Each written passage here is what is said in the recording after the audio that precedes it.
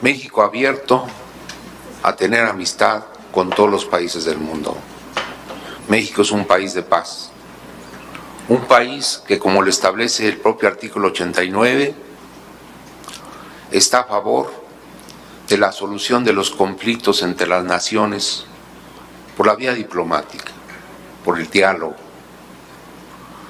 por la vía de construir equilibrios. México sigue siendo respetuoso con el derecho de todos los pueblos a autodeterminar su propia forma de gobierno. Estamos a favor del principio de la no intervención, pero sobre todo decirles que México mantiene relaciones con Irak, mantuvo relaciones con Libia, con China, mantuvimos relaciones también con Afganistán, mantuvimos relaciones con Corea del Norte, con Cuba, con Venezuela, con todo el eje del mal.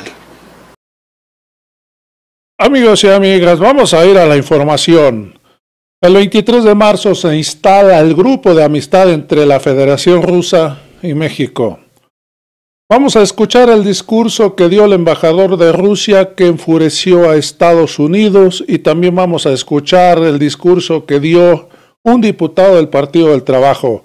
Vamos a ver todo eso que pasó, amigos y amigas, qué respondió el presidente López Obrador, qué dijo el embajador de Estados Unidos, Ken Salazar. Vamos a ir a toda esa información. Ahora, bueno, tengo que aprovechar esta ocasión para darle un breve comentario sobre lo que está pasando en Ucrania y lo que está viviendo nuestro país en estos tiempos, como yo dije, bastante complicados.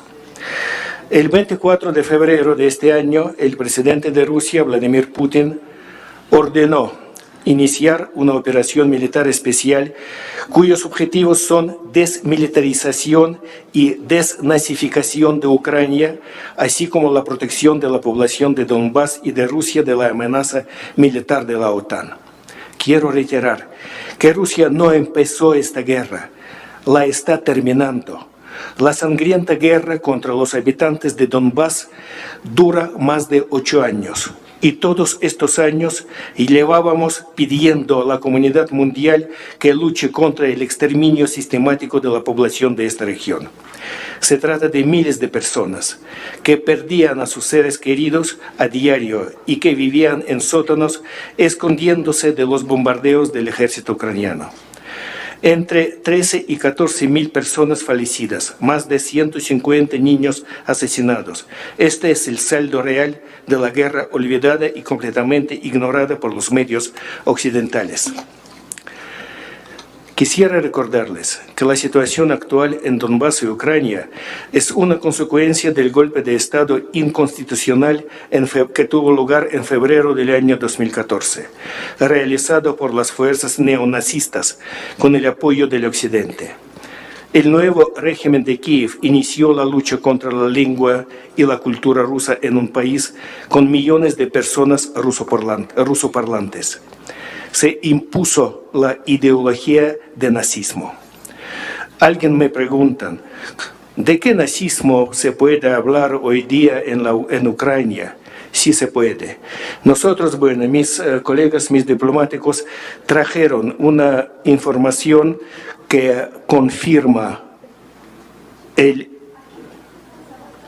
desarrollo del nazismo en Ucrania. Por favor, que distribuyan entre los amigos diputados y, bueno, incluso para los representantes de los medios, estas evidencias que estén en tanto. Las ejecuciones extrajudiciales de los oponentes políticos y la persecución de los disidentes se han convertido en una nueva normalidad, entre comillas, en Ucrania.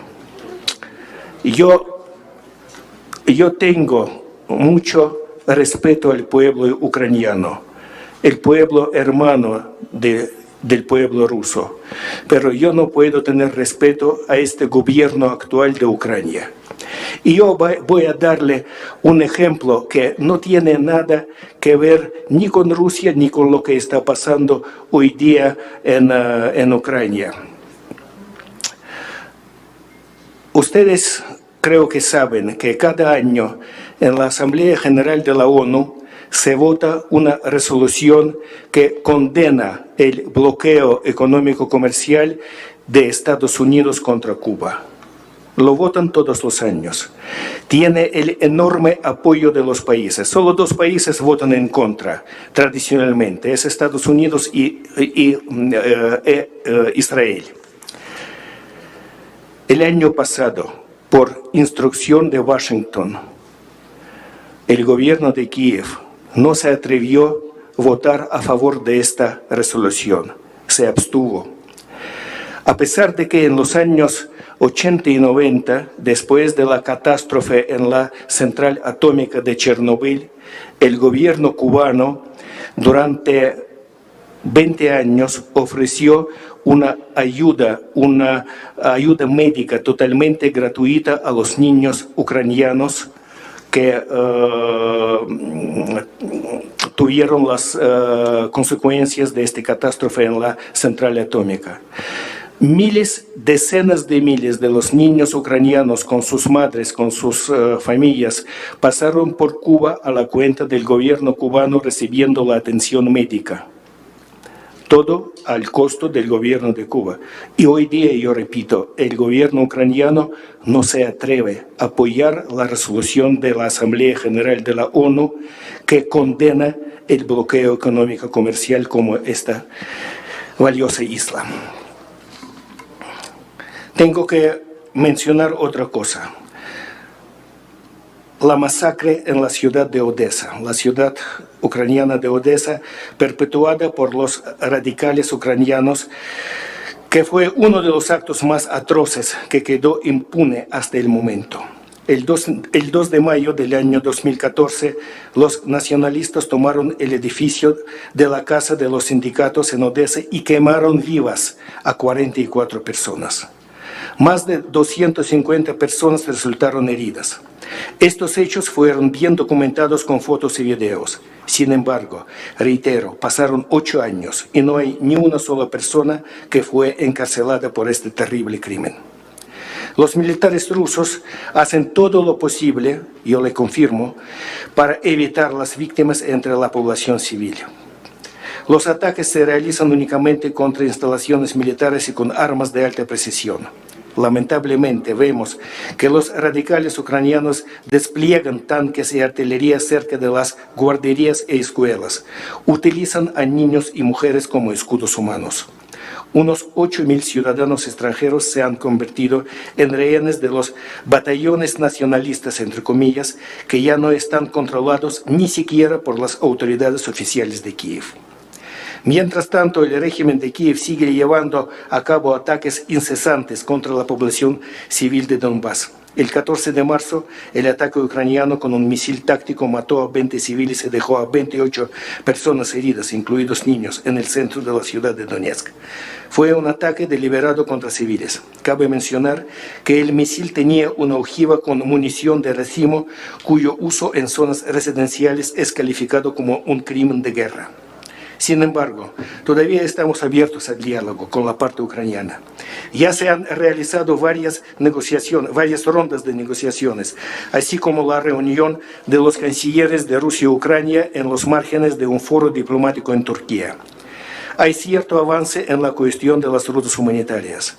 Al mismo tiempo, la parte ucraniana obstaculiza la evacuación de los habitantes locales y ciudadanos extranjeros de las zonas peligrosas, así como no difunde la información sobre los corredores humanitarios entre la población. Hubo casos cuando los nacionalistas fusilaron a los civiles que querían salir de las zonas de combate. Precisamente esto pasó el 6 de marzo cuando los combatientes del batallón nacionalista Azov abrieron fuego contra los civiles que estaban yendo por el corredor humanitario de Mariupol. Recientemente, como ya dije, nos hemos enfrentado a una campaña mediática sin precedentes por su escala y preparación contra nuestro país.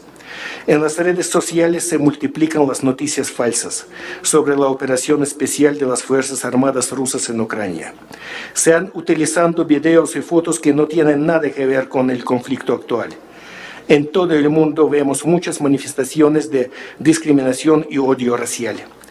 La compañía estadounidense Meta, dueña de Facebook e Instagram, cambió sus reglas y, temporalmente, entre comillas, permitió mensajes de odio contra los efectivos del ejército ruso, así como bloqueó las cuentas de los medios rusos como RT en español y Sputnik.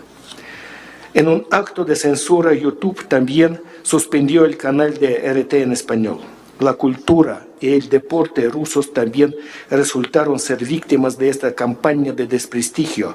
Por todo el mundo se están cancelando los conciertos de nuestros artistas, la participación de nuestros equipos en los eventos deportivos y hasta los seminarios dedicados a la literatura rusa. ¿Cómo puede ser que hace 3 semanas, el equipo ruso llegó a los Juegos Paralímpicos en China, en Beijing? Los deportistas minusválidos con defectos físicos que se preparaban durante 4 años para estos Juegos Paralímpicos y ya al llegar a China, el Comité Olímpico Internacional les prohibió la participación en los Juegos. Y por último, 2 cosas más. Hay muchas especulaciones sobre la adhesión a Rusia de la península de Crimea. Yo, aprovechando, quiero decir, yo nunca digo anexión, fue adhesión, porque muchos olvidan que esta adhesión fue resultado de una votación popular de la población de la península. En aquel entonces, en el año 2014,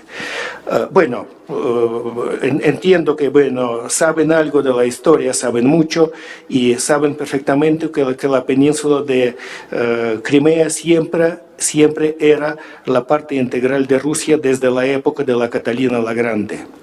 En el año 2014 tuvo lugar un referendo popular en Crimea. En aquel referendo participaron casi 90% de la población de la península. De los participantes, 98% votaron, más de 90% votaron por adherirse a Rusia. Este fue resultado de la expresión de la voluntad popular. Y la autodeterminación de los pueblos, como saben, es uno de los principios básicos de la Organización de las Naciones Unidas. Yo voy a darle, pero hay muchos dobles estándares. Ustedes saben perfectamente que desde hace mucho tiempo Argentina reclama sus derechos sobre Islas Malvinas, o Falkland Islands. Hace, si no me equivoco, hace 7 u 8 años, Gran Bretaña instaló un referendo en las Islas Malvinas, donde viven 3.000 personas. La población votó para seguir integrándose, para seguir siendo parte de la Gran Bretaña. Ahí respetaron aquella demostración de la voluntad popular. ¿Por qué no quieren respetarla respecto a la Crimea? Pregunto yo. Y para finalizar, nosotros valoramos altamente la postura, la posición del gobierno de los Estados Unidos mexicanos ante la crisis ucraniana. Después del inicio de la operación especial militar rusa, estamos en contacto constante, permanente, con nuestros colegas de la Cancillería mexicana, con colegas de la Secretaría de Relaciones Exteriores.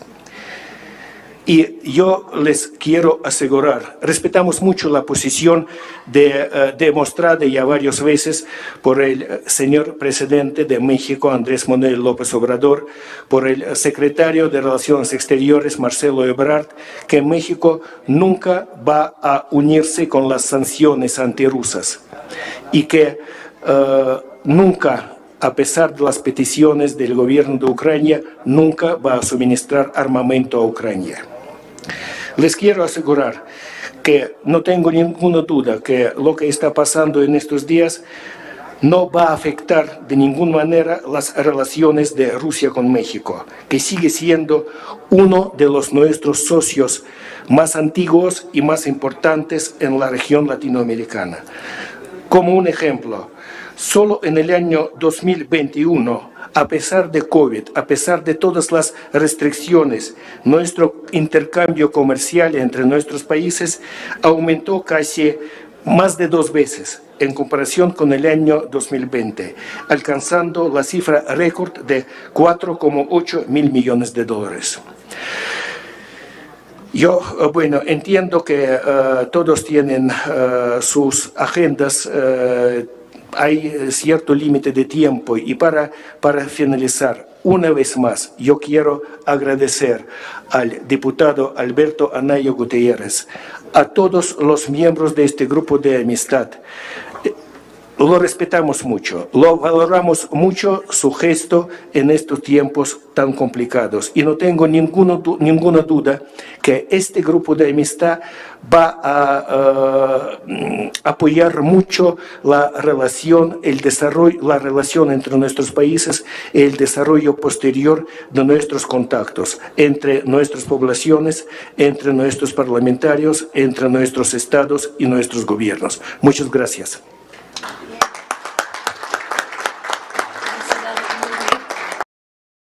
Vamos a escuchar nuevamente cómo se molesta el embajador de Estados Unidos, Ken Salazar, con el discurso que da el embajador de Rusia en la Cámara de Diputados. Vamos a recordarlo.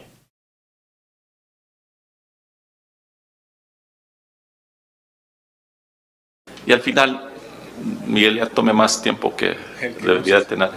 Pero mire, traigo aquí la bandera México, Estados Unidos y Ucrania. Tenemos que estar nosotros en solidaridad con Ucrania y contra Rusia, ¿no?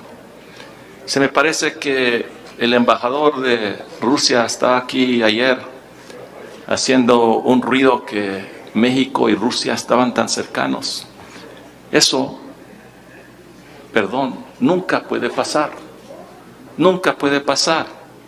Miren, ahora mismo, yo hablando aquí, el presidente Biden allá en Europa, hablando con los que se fueron por el sufrimiento de las guerras mundiales, en Polonia, Ucrania, esos lugares que ahora Ucrania peleando por la libertad. Me recuerdo muy bien que en la Guerra Mundial II no había ninguna distancia entre México y los Estados Unidos.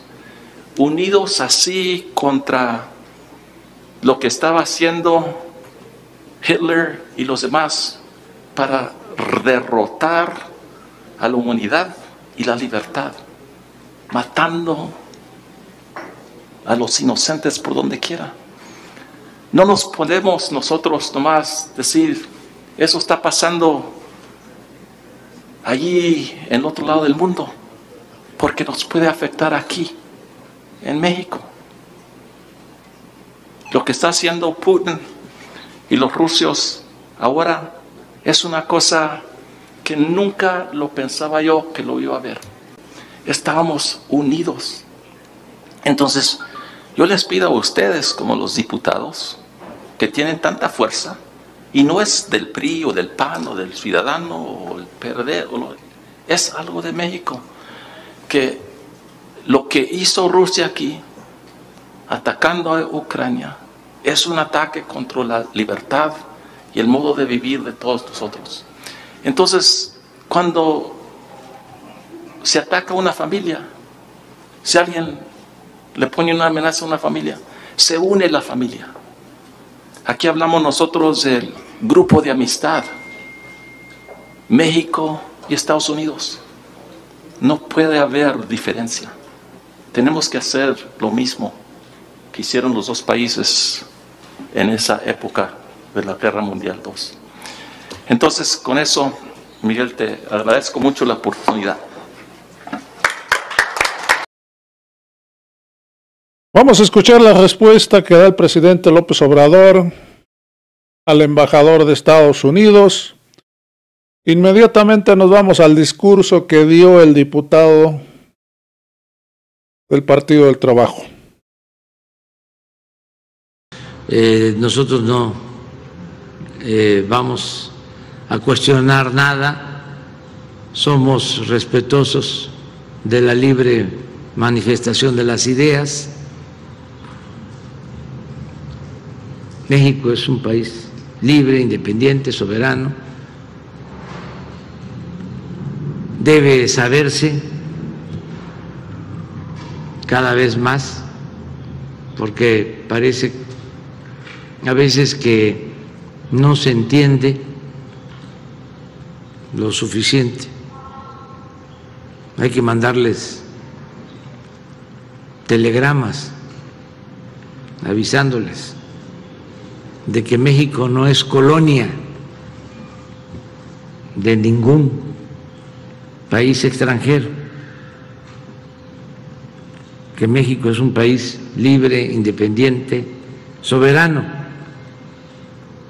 que no somos colonia de Rusia,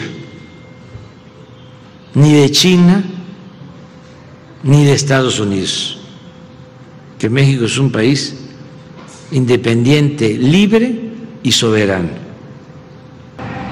No sé, no tenemos información sobre eso. Y si no impedimos a nadie, a ningún extranjero que quiera llevar a cabo actividades legales en el país, que lo pueda hacer. Los que son delincuentes, cometen delitos, se les detiene. No se permite ni a mexicanos ni a extranjeros cometer delitos en nuestro país.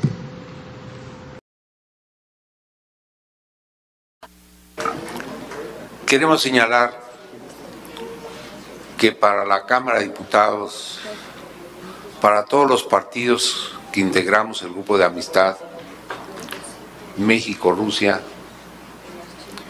es una situación que pensamos que en estos momentos representa la pluralidad de nuestro país, pero también representa una congruencia con el mandato constitucional del artículo 89 de nuestra Carta Magna. México abierto a tener amistad con todos los países del mundo.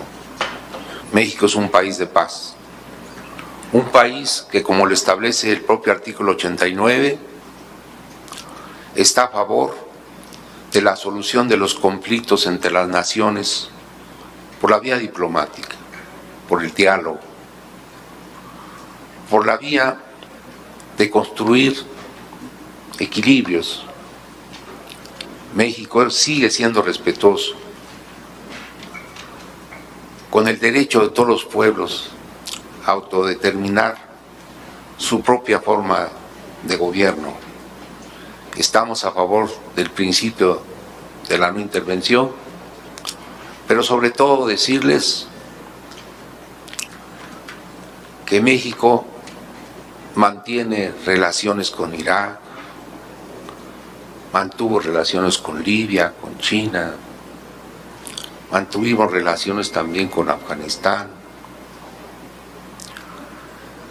mantuvimos relaciones con Corea del Norte, con Cuba, con Venezuela, con todo el eje del mal. Y decirles pues que también mantuvimos relaciones desde 1890 con Rusia, donde el zar Alejandro III la establece en 1890. Nuestro primer embajador fue Pedro Rincón Gallardo y Terreros, y tuvimos también al tiempo cuando después de la Revolución Rusa, de la Revolución Bolchevique de 1917, México, en ese espíritu de apertura a todas las naciones del mundo, establece relaciones diplomáticas con la Unión Soviética en 1924. Primer país de América Latina y de América, de todo el hemisferio americano, en abrir relaciones con este nuevo régimen surgido de la Revolución Bolchevique en 1924. Tuvimos aquí como primera embajadora de la URSS, Alexandra Kollontai, que es significativo para México porque fue la primera mujer embajadora en el mundo. En esta situación que hoy vivimos, en donde la equidad de género pues ha definido este siglo y este milenio como el siglo de las mujeres, fue un gran paso que se dio por la entonces Unión Soviética aquí en nuestro país. Recientemente tuvimos la visita del canciller ruso Sergei Lavrov, que vino invitado a México para conmemorar los 130 años de relaciones diplomáticas entre México y hoy la Federación Rusa, y fue recibido y atendido por Marcelo Ebrard, nuestro canciller, y juntos conmemoraron ese evento histórico. Las relaciones comerciales entre México y Rusia crecen. Hoy tenemos un monto de 4.783 millones de dólares de intercambio comercial con Rusia. Desde luego, son productos químicos, son fertilizantes, son medicamentos, es maquinaria, equipo, son aviones, son helicópteros, es también materias primas y alimentos. Todo eso para nosotros es importante y trascendente. En total respeto al artículo 89 constitucional, nuestro presidente, el licenciado Andrés Manuel López Obrador, instruyó a nuestro canciller Marcelo Ebrard para que expresamente señalara que no íbamos nosotros a participar en las sanciones económicas y de todo tipo que con motivo de este conflicto entre Ucrania y México, pero Ucrania y Rusia, disculpen, que con ese motivo pues nosotros íbamos a estar en una situación de paz y neutralidad. Bienvenida a las relaciones con Ucrania, bienvenida a las relaciones con Rusia. Nuestros votos para que este conflicto tenga una salida diplomática, una salida pacífica, en donde las partes acuerden pues cesar este conflicto para que de nueva cuenta esta región del mundo encuentre la paz y este conflicto no escale, no nos lleve a dimensiones mayores. Nos toca pues declarar formalmente la instalación del grupo de amistad México-Rusia, siendo las